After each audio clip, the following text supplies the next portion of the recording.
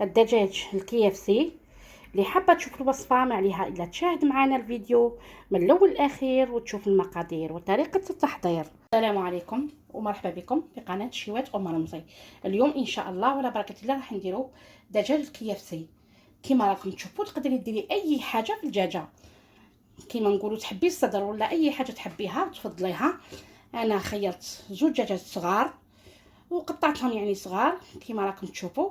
ديريهم في الماء والملح، في الماء والخل، عفوا الماء والخل يكون دافي، وتخليهم يتنقعوا مليح، يعني تغسليهم تنظفيهم تنقيهم يعني، ولكن بعد ديريهم في الماء دافي والملح وتخليهم يتنقعوا مليح في الماء والخل باش يروح يعني البكتيريا تاعهم الميكروبات، ومن بعد تغسليه مليح كما راكم تشوفوا. شوفوا راهم مغسول مليح منظف ومقطر، تقدروه كذلك باش كي تخدموه يجيكم مليح. الان ندوزو مباشره لطريقه التحضير. بسم الله وعلى بركه الله. كما راكم تشوفوا راح ندير بسم الله زوج بيضات هكذا كما راكم تشوفوا.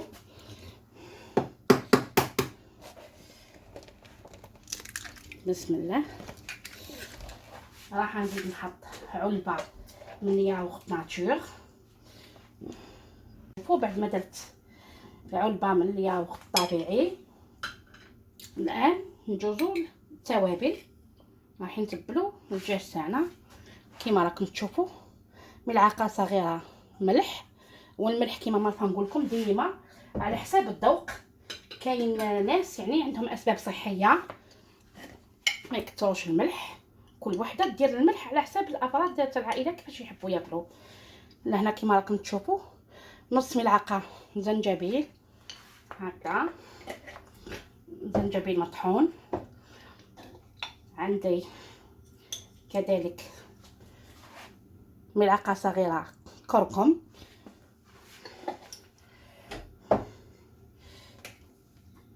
وندير ملعقه صغيره من بهارات الدجاج هكذا كما راكم تشوفوا. ملعقه صغيره تكون معمره مليح. نزيد ندير حوالي نص ملعقه صغيره فلفل اسود هكذا كما راكم تشوفوا.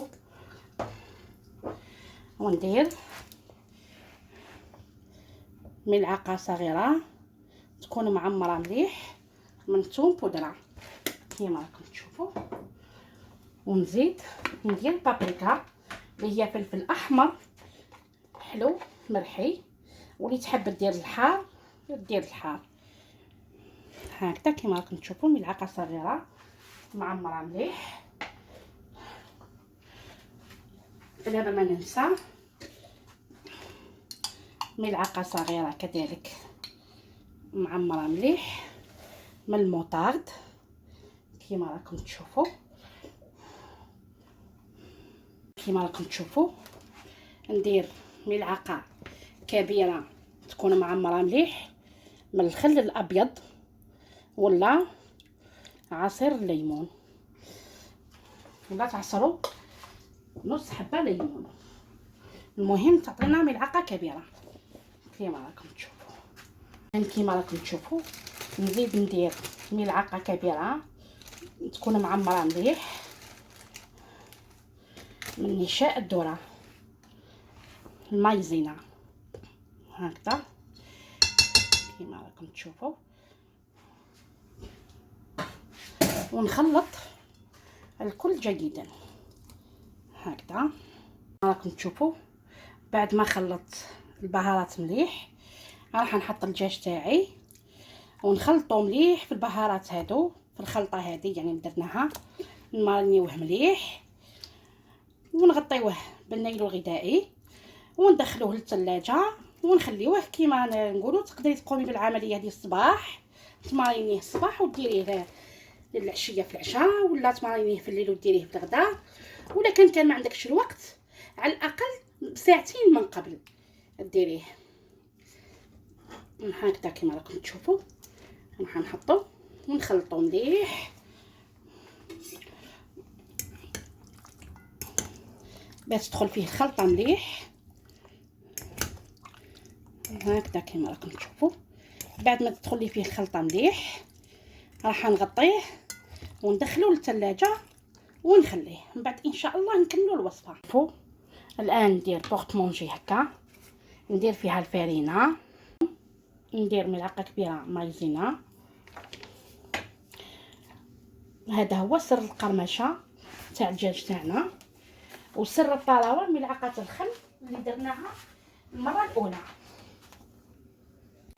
نحط جميع التوابل اللي حطيتها المره الاولى. ندير ملعقه صغيره ملح، والملح ديما على حسب الذوق. نزيد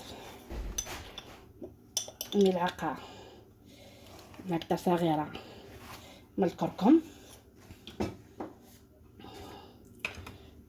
نزيد ندير نص ملعقه صغيره من الزنجبيل هكذا كما راكم تشوفوا.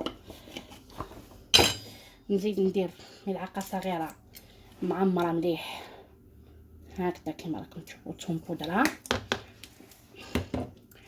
نزيد ندير بهارات الدجاج، راكم تشوفوا ملعقه صغيره من بهارات الدجاج. نزيد ندير حوالي نص ملعقه صغيره فلفل اسود هكذا كما راكم تشوفوا. ونزيد ندير ملعقه صغيره معمره مليح من البابريكا، فلفل اكري هكذا. ونخلط مليح هاد الخلطه تاعي هكذا كما راكم تشوفوا. هنا كما راكم تشوفوا درت رشه من الفلفل الاحمر مرحي حار، رشه فقط، اللي تحب دير اللي تحب ما ديرش. راكم تشوفوا جبت الدجاج تاعي هكذا، ورايحه نبدا بسم الله. تهزي هكا وتحطي في بورت مونجي هكا، مثلا البورت مونجي تاعك تهزلك 2 ولا 3 ولا ديري على حسب ما تهزلك. بسم الله هكذا.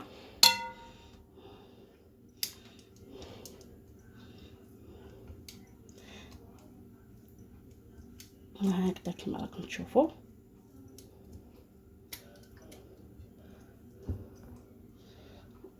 ونكمل الان. واش ندير؟ نغلقها ونحكم نخلط مليح باش تخلط لي الدجاج تاعي بكل سهوله. وكيفاش تحكمي تغلقي عليها وتبقاي تحركي هكا، راح ندير لك فيها الفارينه كامله والبهارات، وفي نفس الوقت الزيت تاعي يسخن. تسخنوا الزيت تاعكم مليح على نار متوسطه، ما تقويوش النار باش يطيب لكم مليح، يعني من داخل ما يجيش مش طايب من داخل مليح. كي تقلي الدجاج تاعك ديري كاسرونه ولا اي حاجه ثقيله عندك هكا وتحطي وتقلي فيها هكذا كما راكم تشوفوا. ما تمسيهش خلاص بيدك يعني.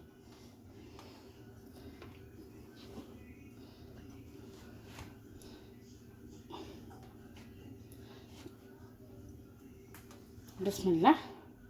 الان الزيت مسخون هكذا ونخليه يطيب حتى يولي اللون تاعو ذهبي دوغي يعني، ونحيوه هكذا. تحطوا الزيت كيما راني حاطه انايا هكا يغطى لك الدجاج تاعك يعني. بسم الله. وتخليه يتقلى مليح. بعد ما ينقلي نحط في ورق النشاف في المطبخ هذا باش ينشف من الزيت، من بعد يجيكم مليح. كيما راكم تشوفوا كي تحطي تقلي لازم الزيت يغطي الدجاج تاعك.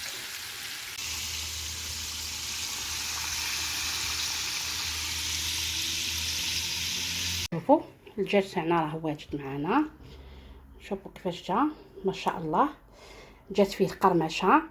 سرت القرمشه لهنا هو النشا، الملعقه اللي درناها في الماء كيما ماريناه، والملعقه اللي درناها في الفرينه يعني كيما قليناه.